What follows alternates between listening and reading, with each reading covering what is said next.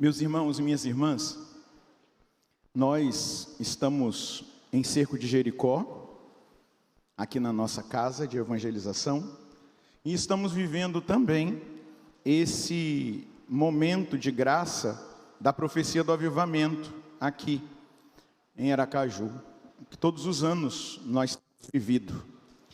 E é muito providencial que nesse dia, neste sábado, nós celebremos a festa de Nossa Senhora Auxiliadora. Exatamente para que nós compreendamos que a beleza de Deus num ser humano foi totalmente refletida na pessoa da Virgem Maria. Eu estive em Roma há 2 meses atrás e pude visitar um santuário mariano em Roma, de uma aparição de Nossa Senhora em Roma, Nossa Senhora da Revelação. E ali na Trefontane, onde o apóstolo Paulo foi decapitado, né? A cabeça dele quicou 3 vezes, nasceram 3 fontes, por isso Trefontane. Um homem chamado Bruno, era um homem muito marcado na história dele, de um sofrimento profundo que o levou a viver nas ruas, na violência, na droga, no álcool, até mesmo seguindo o caminho que o próprio pai dele já tinha feito até. Depois ele teve uma experiência com Jesus na igreja católica, ele fez a primeira comunhão, toda a catequese, e a catequista dele disse para ele que existia um caminho lindo de reconciliação, em primeiro lugar, de Deus para com ele, o Deus que o perdoava, e depois dele, perdoado por Deus, para com as pessoas que ele havia ferido. E aí a primeira pessoa que ele resolveu se reconciliar foi a mãe dele, porque ele já tinha batido nela muitas vezes, quebrado o braço dela, e ele chegou em casa e disse para ela que ele havia tido uma palavra na igreja, na catequese, e que ele queria pedir perdão para ela de tudo de mal que ele tinha feito com ela, seja físico, seja na rebeldia que ele vivia. E ao invés da mãe o perdoar, ela o agrediu, jogou ele de escada abaixo, e esse rapaz voltou para a revolta. Passando esse período da revolta, ele se alistou, foi para a guerra na Espanha, e lá na Espanha, um dos soldados que estavam na guerra com ele, começou a falar de Jesus para ele, e ele falou assim, eu já ouvi isso, né? Ele é católico e não sei o que lá, e aquela ladainha lá dos católicos não aconteceu na minha vida não. E o rapaz era protestante, e o rapaz o evangelizou, converteu para o protestantismo. E o pior, disse para ele que todas as guerras que estavam acontecendo naquele tempo, logo em seguida foi a Segunda Guerra Mundial, a culpa era do Papa Pio XII. Era o Papa que era responsável pelas guerras, inclusive que a Igreja Católica estava financiando as guerras. E ele acreditou. Ele comprou um punhal para ele matar o Santo Padre, o Papa Pio XII, quando ele voltasse para Roma. Além disso, ele passou um longo tempo da vida dele de protestante, combatendo os dogmas marianos. Cada um dos dogmas ele foi combatendo ali, usando da palavra, daquele artifício, daquela linguagem protestante. Um dia, depois que a guerra cessou, ele voltou para casa, falou para a mulher dele que ele não era mais católico, que ele era protestante, que ela também tinha que virar, que os filhos não iriam para a igreja católica, e aquela coisa toda que a gente sabe que acontece. Ele falou para a mulher dele, depois que eles começaram a fazer esse caminho, vamos com as crianças na praia. E aí eles iam para uma cidade ali perto de Roma, chamada Ostia, que é uma cidade marítima, que tem o mar. Ele perdeu o trem. E naquela época, né, lá nos anos 40 e poucos, o trem era escasso, era um de manhã e um de tarde. Então ele desistiu. E aí perto da Trefontane tinha um parque, e ele foi para lá passar o dia com os filhos. Os filhos jogando bola foram até um lugar, sumiram. E ele ficou preocupado, foi correndo atrás dos filhos. Quando ele chegou, as crianças estavam de joelhos, rezando a Ave Maria. E ele falou: mas quem ensinou essa oração para vocês? E as crianças disseram para ele: ela, você não está vendo? Aí ele: ela quem? Nisso ele sentiu um perfume muito grande, e quando ele sentiu aquele perfume, uma força o jogou de joelhos. E Nossa Senhora apareceu para ele e disse para ele: com a palavra que você me perseguiu, você vai ser a partir de agora o meu apóstolo desta palavra. E disse para ele: existem 3 amores brancos na Canção Nova ou melhor, na Canção Nova não, na Igreja Católica, na Canção Nova, graças a Deus nós somos católicos, é nós, né? Que nós temos que amar até o nosso último suspiro. 3 brancos: o branco da Eucaristia, o branco da Imaculada e o branco da veste do Papa. Ali foi a conversão do Bruno, o nome dele é Bruno. Depois que ele teve aquela experiência com a Virgem Maria, ele se entregou totalmente, começou a fazer um caminho, e ele relata, né, que uma das maiores dores que ele sofria na alma foi o número de padres que ele matou na Guerra da Espanha, porque era uma guerra também contra a igreja, contra o cristianismo, e ele matou muitos padres, e aquilo, ele carregou aquela dor a vida toda, até ele ser colhido por Nosso Senhor. Mas ele tomou a decisão, porque ele tinha comprado o punhal para matar o Papa e escreveu o nome do Papa Pio XII no punhal. Ele foi no Vaticano, numa audiência, e gritou pelo Papa. O Papa veio até ele, ele falou assim: Santo Padre, eu tinha tramado a sua morte, e eu sei que é só o Senhor que pode me perdoar. Eu estou aqui de joelhos diante dos seus pés, pedindo o seu perdão, porque a partir de agora, eu sei que eu tenho que amar 3 brancos na Igreja Católica: o branco da Eucaristia, o branco da Imaculada Conceição e o branco das vestes papais. E hoje eu digo ao Senhor que eu o amo e darei a minha vida pelo Senhor. Quer aplaudir? Aplaude. Nossa Senhora da Revelação, então ela aparece com a palavra de Deus no coração. Por quê? Foi com aquela palavra que ele perseguiu a ela, e era com aquela palavra que a partir daquele momento ele se tornou apóstolo.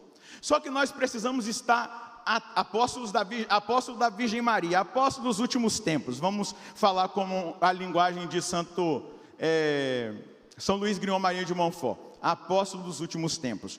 E nos últimos tempos, que são esses tempos que nós estamos, nós precisamos ver na Virgem Maria esse grande sinal de esperança. Diga comigo: a Virgem Maria, ela é um grande sinal de esperança para a minha vida e para a minha caminhada.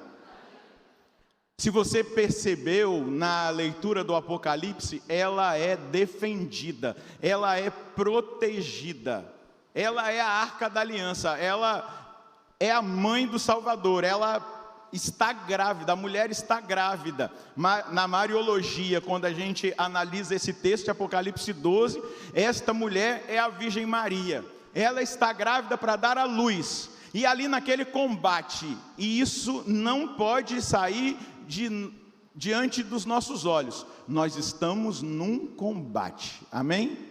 Segura na mão de quem está do seu lado, balança a mão desse irmão e diga: nós estamos num combate. Olha para quem está do outro lado, dê um sorriso para essa pessoa e diga: nós estamos num combate.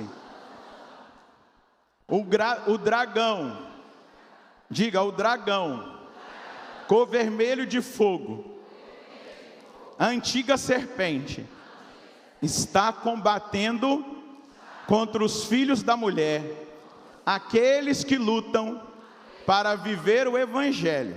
Está segurando a mão desse irmão aí? Diga: é nós, meu irmão. Amém? Entendeu que nós estamos em combate? Sim ou não? Então nós estamos em combate. E o inimigo que combate contra nós, ele está combatendo contra a humanidade desde o princípio. Porque ele se apresentou como uma serpente, a Eva, ela deu ouvidos à tentação, deixou com que a dúvida entrasse no coração, desobedeceu a Deus, comendo o fruto da árvore proibida, deu para o seu marido, e ali o pecado entrou. Então, nós estamos no ano 2025, nós não sabemos quantos milhões de anos existe a Terra e o homem, nós não temos esse cálculo. Tem alguns sinais da presença humana, né, na realidade da Terra, algumas contagens aí, mas precisamente a gente não tem. Porém, nós precisamos entender que há milhares de anos, esse demônio, essa antiga serpente, esse dragão vermelho cor de fogo, ele aprendeu a combater os seres humanos. Ele observa, ele vê os nossos movimentos. Ele não pode ler o nosso pensamento, mas ele vê os nossos movimentos, ele vê as tendências que nós trazemos, e no combate ele vai sugerir aquilo que pode nos fazer cair. Então, nós vivemos um combate espiritual, da carne contra o espírito. Nós vivemos um combate do homem velho contra o homem novo. Nós vivemos um combate entre os demônios e os anjos de Deus. Nós vivemos um combate das trevas contra a luz, das obras diabólicas contra as obras de Deus. Não é verdade? Quando uma obra de Deus se levanta e ela começa a produzir frutos, começa o ataque? Sim ou não? Você já percebeu isso? Isso talvez já tenha acontecido no seu grupo de oração. E talvez a implosão do seu grupo de oração veio de dentro. De divisão, de briga, de ciúme, de inveja, de picuinha. Não é assim? Às vezes não vem nem de fora, mas o diabo, a antiga serpente, que já luta contra a humanidade. Por quê? A humanidade é o amor do coração de Deus, então ele está lutando contra Deus. Quando ele luta contra a humanidade, ele quer provocar o ódio. Ele está exatamente tentando nos desviar daquele que é o caminho de Deus. Mas olha só, lá no livro do Gênesis, no capítulo 3, no versículo 15, está escrito assim: porém inimizade entre ti, entre a serpente e a mulher, entre a tua descendência e a descendência dela. Esta te ferirá a cabeça e tu lhe ferirás o calcanhar. Quem aqui é da descendência da mulher? Levanta a mão. Tem alguns que não são, né? Quem aqui é descendente da mulher? Levanta a mão. Olha para quem está do seu lado e diga: é nós, meu irmão. Nós somos filhos desta mulher, filhos espirituais. O Senhor entregou a cada um de nós, seus discípulos, quando Ele disse: mulher, eis aí o teu filho, lá na cruz. E Ele disse: filho, eis aí a tua mãe. Dá uma cutucada em quem está aí do seu lado e diga: é nós. Nós somos filhos, amém? Nós somos a descendência de Maria, amém? Então eu posso te dizer uma coisa, sim ou não? Existe uma inimizade estabelecida por Deus na mulher, na descendência dela. Então, a primeira descendência da mulher é o Salvador, é aquele que definitivamente esmaga a cabeça da serpente, Jesus Cristo. Nós somos filhos adotivos. Então existe uma inimizade estabelecida. E aí eu preciso dizer para você, está me escutando? Quem está escutando, diga eu. Se existe uma inimizade, existe uma permissão de ódio para que nós cultivemos o nosso coração. Posso te dizer qual é o ódio? Nós devemos odiar o pecado e tudo que provém do pecado, porque o pecado vem do diabo, amém? O problema é que muitas vezes nós amamos o pecado e criamos o pecado como um bichinho de estimação e não odiamos. Quando eu vou me confessar, eu preciso me colocar diante do sacerdote. Eu confesso que eu caí naquela miséria, mas eu odeio aquela miséria, eu não amo aquela miséria. O problema é que às vezes a gente ama A gente ama certas realidades de pecado e por isso muitas vezes nós estamos amarrados, presos. Então, nós devemos odiar o pecado e tudo que provém dele. Nós devemos ser inimigos do mundanismo, inimigos do secularismo, inimigos do relativismo, de tudo que afasta de Deus, de tudo que afasta a descendência da mulher da presença de Deus. Eu preciso detestar. Eu pergunto, você tem detestado o pecado ou ele tem sido para você ali um bichinho de estimação, ou até mesmo você peca pela presunção? Eu já sei que Deus vai me perdoar mesmo, então agora eu vou quebrar tudo, vou pecar, daqui a pouco vai vir um arrependimento no meu coração e eu vou me confessar e pronto, acabou, estou resolvido. Presunção da misericórdia de Deus. Imagina se você no caminho da paróquia fosse atropelado por um caminhão. Acabou, meu filho. O catecismo diz que quem morre em pecado mortal desce direto para o quinto dos infernos. Brinca? Isso está no catecismo.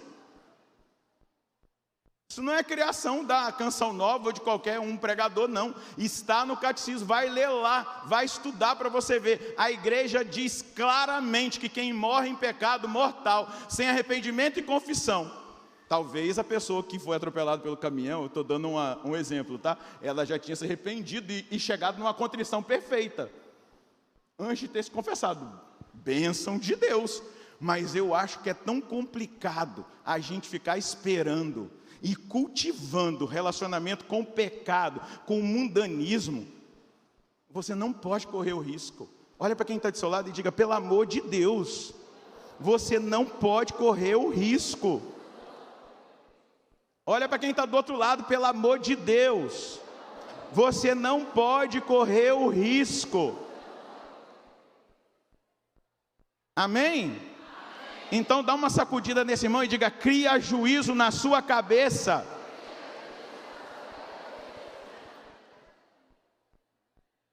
Amém? O dragão vermelho é a antiga serpente.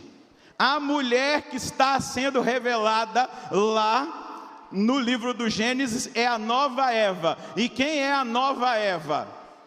Quem? Maria, a Virgem Maria. Vamos aplaudir a nova Eva, concebida sem o pecado original.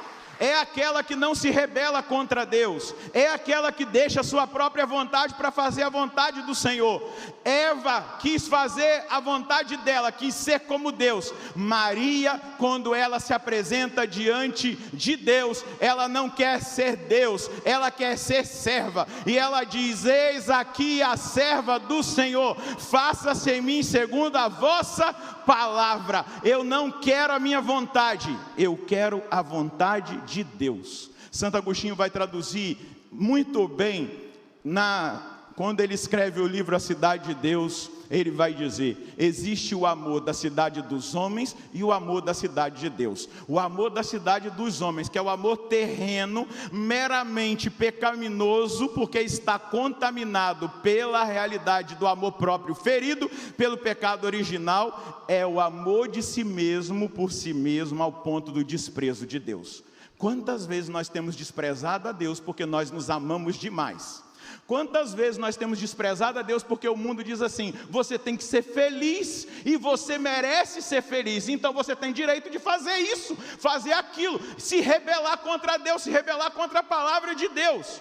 Esse é o amor da cidade dos homens, e o amor da cidade dos homens tem um fim eterno, que é no inferno. Mas o amor da cidade de Deus é o amor a Deus sobre todas as coisas, com toda a nossa força, o nosso entendimento, a nossa alma, ao ponto do desprezo de si mesmo.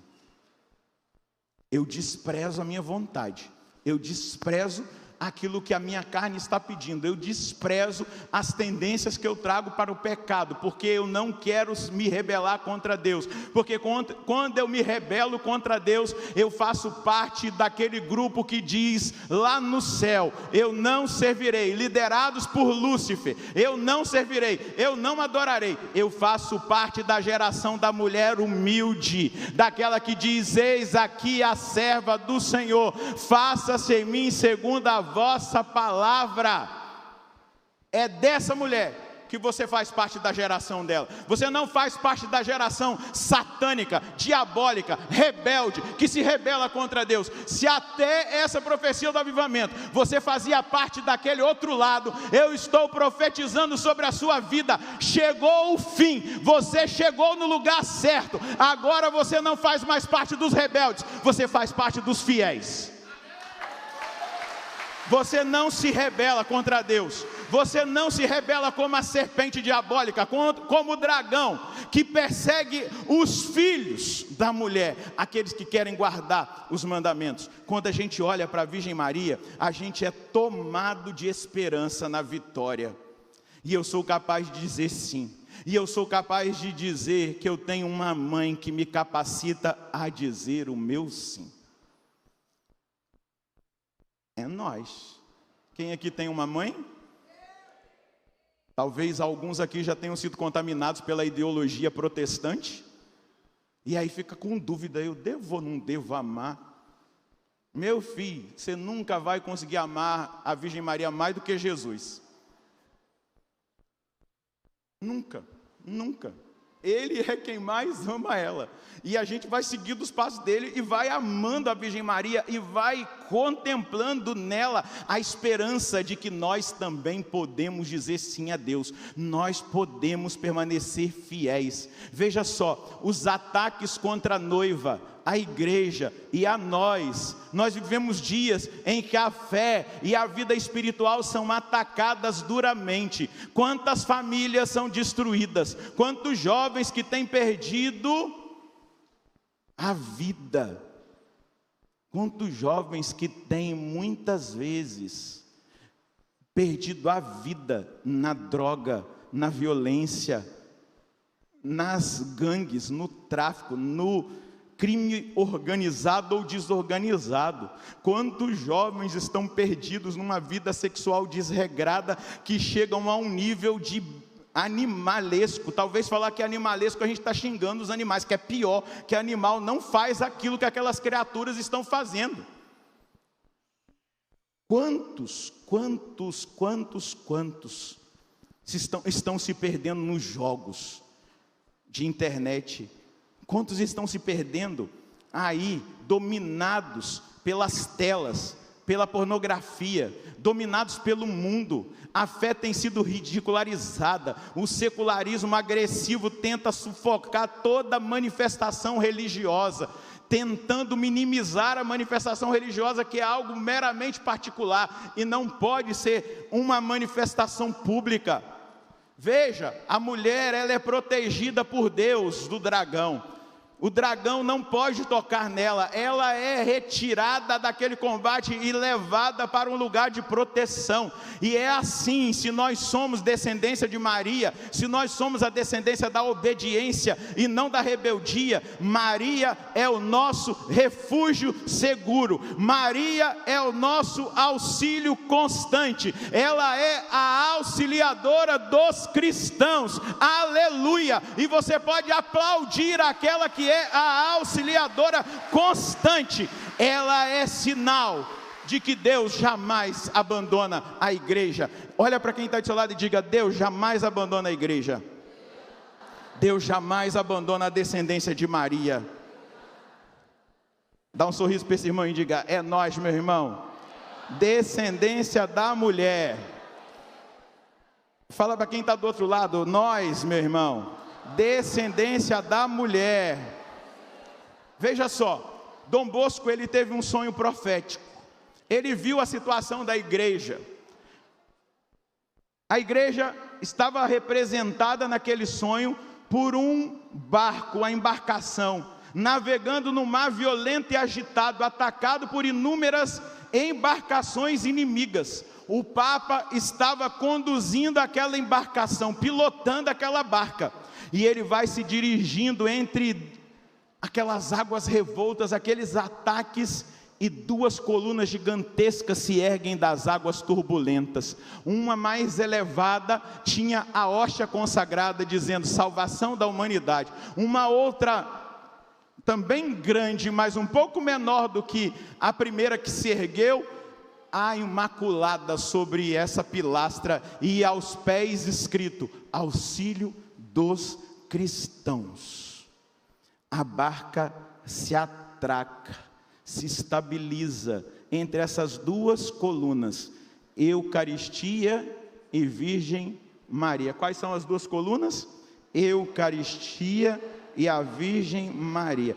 Imediatamente a tempestade cessa, os inimigos são derrotados e a paz retorna. Quem aqui está vivendo um combate no tempo atual? Levanta a mão para eu ver. Eucaristia e Virgem Maria, a tempestade vai calar, o inimigo vai sair, vai ser derrotado, a vitória se estabelecerá na sua casa. Eucaristia e Virgem Maria, dois amores brancos, que Nossa Senhora falou com Bruno, lá na Trefontane. Eucaristia e a Virgem Maria, a tempestade cessou, os inimigos foram derrotados e a paz retornou. Se você quer a paz para sua casa, se você quer que aquela tempestade que está atormentando a sua família, ela cesse, está aqui na visão de Dom Bosco o segredo: salvação da humanidade, auxílio dos cristãos. Diga comigo, Eucaristia e a Virgem Maria. Meus queridos, não existe avivamento genuíno sem um retorno vigoroso à presença real de Jesus na Eucaristia, e uma renovação da confiança total na proteção materna de Maria. Sem essas duas colunas, qualquer tentativa de renovação é insuficiente, não é genuíno, não é um avivamento genuíno. Para que haja um avivamento genuíno, existe a necessidade de um retorno vigoroso à presença real de Jesus na Eucaristia, e uma renovação da confiança na maternidade da Virgem Maria, na proteção dela. Meus queridos, o que tem acontecido no Brasil em duas épocas do ano? Na Quaresma da Igreja e na Quaresma de São Miguel. Um retorno à Eucaristia e a confiança na maternidade da Virgem Maria. Isso se chama avivamento. São sinais de que o avivamento poderoso que nós esperamos, ele está perto de chegar. São milhares de pessoas com joelhos dobrados durante 40 dias, orando na madrugada, diante de quem? De Jesus sacramentado, com o rosário na mão. Então, para que o avivamento venha e ele seja o avivamento genuíno, existe a necessidade de um retorno vigoroso à presença real de Jesus na Eucaristia e de uma renovação da confiança total na proteção materna da Virgem Maria. Segura na mão de quem está do seu lado e diga: meu irmão, eu estou segurando na mão de um filho de Maria, de alguém que tem uma mãe atenta, uma mãe que está observando, uma mãe que luta, uma mãe que briga, que combate pelos seus filhos e não permite que Satanás os derrote, porque ela recebeu de Deus uma autorização. Entre ela e o diabo e os demônios existe uma inimizade. Balança a mão desse irmão. E ela tem uma autorização: esmagar a cabeça da serpente. Se você quer vencer o combate, você só pode vencê-lo segurando na mão da auxiliadora dos cristãos, porque ela recebeu de Deus a autorização de esmagar a cabeça da serpente. Essa autorização veio do próprio Deus, está na palavra, não é invencionice, é bíblico, e está lá no Pentateuco, nos 5 primeiros livros da Bíblia. Porém, inimizade entre ti e a mulher, entre a tua descendência e a dela. Ela te esmagará a cabeça e tu lhe ferirás o calcanhar. E hoje, no Evangelho, nós vimos Maria desempenhando um papel fundamental. Ela percebe a necessidade antes mesmo que alguém pudesse dizer a ela. E ela vai até Jesus e ela diz: eles não têm vinho. Você acha que esse texto foi colocado por São João à toa? Porque São João refletiu, né, padre? Quando a gente estuda o Evangelho de João, ele é teológico. Ele é um evangelho refletido, porque ele foi escrito lá nos anos 90. Os outros evangelhos não, foram ali pelo ano 50, 60. Mas o de João não, ele refletiu, ele pensou as realidades que ele colocou ali na pena quando ele escreveu o Evangelho de São João. É fundamentalmente importante para que nós entendamos algo. Se ali está revelado um papel fundamental da mulher, da mãe, da Virgem Maria, ela é atenta, ela percebe a necessidade antes que alguém lhe diga.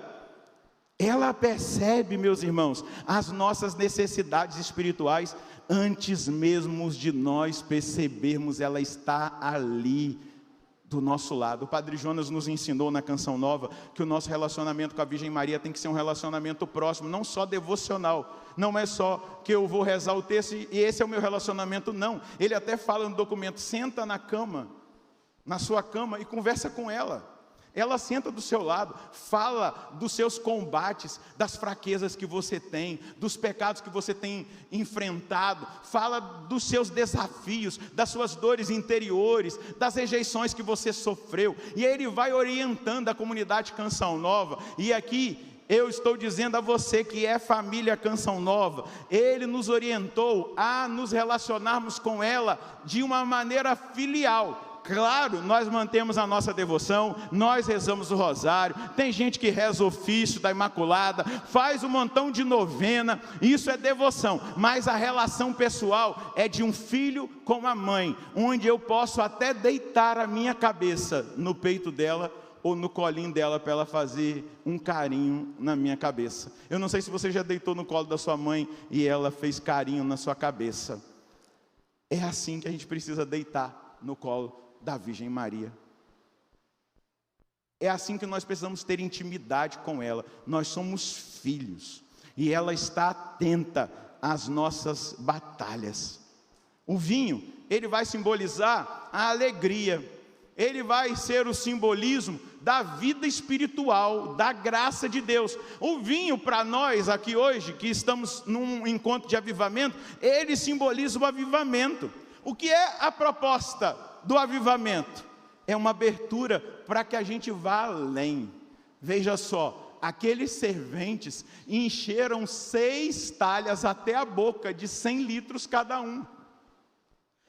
Esse é o símbolo do avivamento. Um homem avivado, uma mulher avivada é alguém que se entrega mais na oração, é alguém que quer mais adoração. Quando a gente está vivendo a profecia do avivamento lá na Canção Nova, em Cachoeira Paulista, são 3 horas de adoração, parece que não passa, ou melhor, parece que passa como um segundo, a gente quer mais, a gente não quer parar. O avivamento, ele provoca na nossa alma algo extraordinário. Nós voltamos à radicalidade original, nós voltamos ao primitivo fervor, nós voltamos àquele primeiro amor que talvez tenha se arrefecido com as lutas e os combates do dia a dia. Nós experimentamos uma paixão intensa pela salvação das almas. O Espírito nos impele, o Espírito nos incomoda, o Espírito nos provoca, o Espírito nos inspira, o Espírito nos envia. Esse é o mover profético, essa é a profecia em movimento, essa é a abundância. Deixa eu te dizer, eu não sirvo a um Deus miserável, Ele é Deus de abundância. Quando Ele multiplicou os pães, sobraram 12 cestos, não foi? Ele é Deus de abundância. Quando Ele multiplicou, Ele transformou a água em vinho, ficaram 600 litros. Em João 10:10 ele vai dizer: eu vim para que todos tenham vida e vida em abundância. Ele é uma fonte inesgotável de graça. Ele é uma fonte inesgotável de bênção. É a água viva que não para de jorrar. O Espírito que Ele quer dar a nós. Mas o Espírito e a noiva dizem: vem. O Espírito Santo, Ele vai nos mover a gente orar em línguas sem se cansar. Ele vai nos fazer andar no Espírito, viver no poder. E a Virgem Maria é a esposa mística do Espírito Santo. Onde ela está, o Espírito também está. Segura na mão de quem está do seu lado e diga: hoje você precisa sair daqui com uma certeza. Se você é devoto de Maria, e se você leva Maria para sua casa, balança a mão desse irmão: eu tenho uma boa notícia para você. O Espírito Santo está lá, porque Ele é o esposo dela, e o perfume dela chama a atenção dele. E qual é o perfume dela? Pureza, humildade, obediência, santidade. Balança a mão desse irmão: leva a Virgem Maria para sua casa, e você terá a garantia do milagre antecipado, que é a marca do início do ministério de Jesus. Balança a mão desse irmão: o milagre vai acontecer. Leva Maria para sua casa. Ele vai ouvir da boca dela: meu filho, essa filha está precisando dessa graça, esse filho está precisando dessa graça, essa família está precisando dessa graça. Começa a rezar o rosário, começa a rezar o texto na sua casa, o diabo vai embora, o milagre vai acontecer, porque ela antecipa o milagre, ela intercede.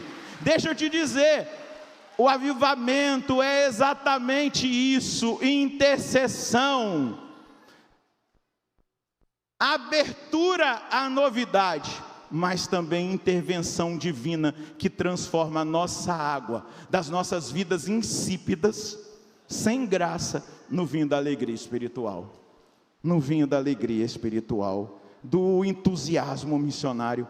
E a Virgem Maria está dizendo para mim agora, profeticamente, para cada um de nós: fazei tudo o que Ele vos disser.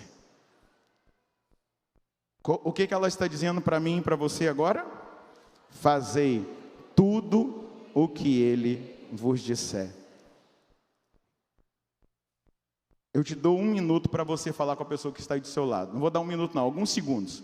Você vai dizer: Nossa Senhora tem um recado para você nessa noite, e eu fui o portador desse recado. Posso te dizer? Pergunta para ele aí. Fala: eu tenho um recado de Nossa Senhora para você. Posso te dizer? Segura na mão dele e fala: é um recado da mãe. Dá um sorriso melhor que você tiver. Balança a mão desse irmão e conta para ele o recado dela: fazei tudo o que Ele vos disser. Você acolhe o recado? Quem acolhe o recado aí? Avivamento só acontece quando nós ouvimos e obedecemos a voz de Jesus. Avivamento só acontece verdadeiramente quando nós aceitamos viver a radicalidade do Evangelho, em obediência e em confiança total em Jesus Cristo. Ei, como é que você se chama? Qual o seu nome? Abdias? Lúcia? Qual o seu nome? Fazei tudo o que Ele vos disser. Garantia de avivamento, garantia de milagre, garantia de abundância. Os servos fizeram. Jesus falou: vai lá, enche as talhas. Eles colocaram água até o transbordamento. Essa mulher vestida de sol, a Virgem Auxiliadora, desde o início do cristianismo, ela foi invocada com esse título: auxílio dos cristãos. Desde o início, quando eles enfrentavam dificuldades, os cristãos enfrentavam dificuldade, perseguições, eles invocavam a mãe de Jesus, dizendo que ela era auxílio dos cristãos. Esse título ficou ainda mais forte na Batalha de Lepanto, quando o Papa São Pio V convocou toda a igreja para rezar o rosário, para que a Europa não fosse invadida pelos turco-otomanos.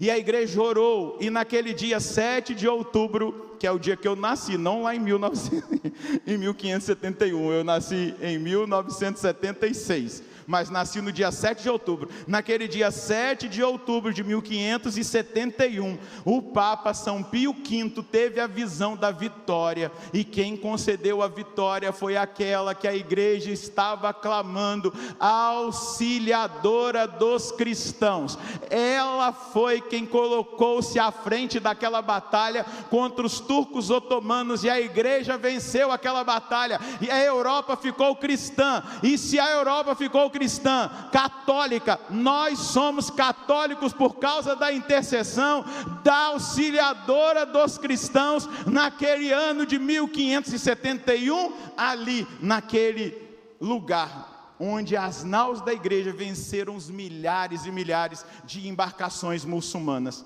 mais poderosas do que as da igreja, mas existia uma mãe que estava à frente, auxiliadora dos cristãos. Depois ela foi chamada como a Virgem do Rosário, porque o rosário rezado pelos cristãos trouxe a vitória. Nós a chamamos de Nossa Senhora das Vitórias. Amém? E foi Dom Bosco que fez crescer a devoção a Nossa Senhora Auxiliadora. Lá no século XIX, Dom Bosco começa a propagar o título de auxiliadora dos cristãos. Em 1862 ele afirmou claramente: Nossa Senhora quer que a honremos com o título de auxiliadora dos cristãos. Os tempos são tão tristes que necessitamos que a Virgem Maria Santíssima nos ajude a conservar e a defender a fé cristã. E ela quer ser chamada de auxiliadora dos cristãos. Auxílio dos cristãos, especialmente nos momentos de tribulação. Dom Bosco dizia: confiai em Maria Auxiliadora e vereis o que são os milagres de Deus. Coloque em quem está do seu lado e diga: confia em Maria Auxiliadora. Confia e você vai ver o que são os milagres de Deus. Ih, tem gente duvidando. Não é possível. Depois dos meus berros aqui, você ainda está duvidando? Dá uma cutucada em quem está do seu lado e diga: confia em Maria Auxiliadora e você verá o que são os milagres de Deus. Convença, você tem que convencer. Você já viu um protestante falando contra Nossa Senhora? Como que ele fala? Como é que a gente vai falar de Nossa Senhora com a cara de um derrotado? Eles falam contra, nós falamos a verdade, eles falam a mentira. Amém? Você está ciente disso? Quando um protestante vier cuspir versículo contra Nossa Senhora, você vai lembrar que eu estou dizendo, ele está dizendo mentira. A verdade está na igreja una, santa, católica, apostólica, com a sua sede em Roma, e Pedro, chamado Leão XIV. O leão já começou a rugir. Amém? Então nós veremos os milagres. Para terminar, São João Paulo II dizia assim: Maria Auxiliadora dos cristãos nos indica o caminho seguro em meio a todas as nossas tempestades. Coloca a mão no coração e diga: a Virgem Maria, a auxiliadora dos cristãos, ela indica o caminho seguro em meio às tempestades vividas, aos combates enfrentados. Hoje, Virgem Maria, eu quero me consagrar inteiramente a Ti, a auxiliadora dos cristãos. Eu entrego a minha vida, a minha saúde física, a minha saúde emocional e psíquica, a minha saúde espiritual. Eu te entrego a minha vida espiritual, porque eu quero crescer na minha intimidade com Jesus, na minha intimidade com o Espírito Santo, na minha intimidade com a Senhora, no meu entendimento da palavra.